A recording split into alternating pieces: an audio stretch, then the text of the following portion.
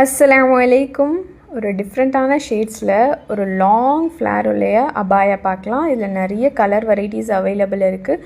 குவாலிட்டியும் ப்ரீமியம் குவாலிட்டியில் இருக்கும். இதோட எம்ஆர்பி பார்த்திங்கன்னா உங்களுக்கு 1899, 699 அப்படின்னு மற்ற பேஜஸில் இருக்கும்.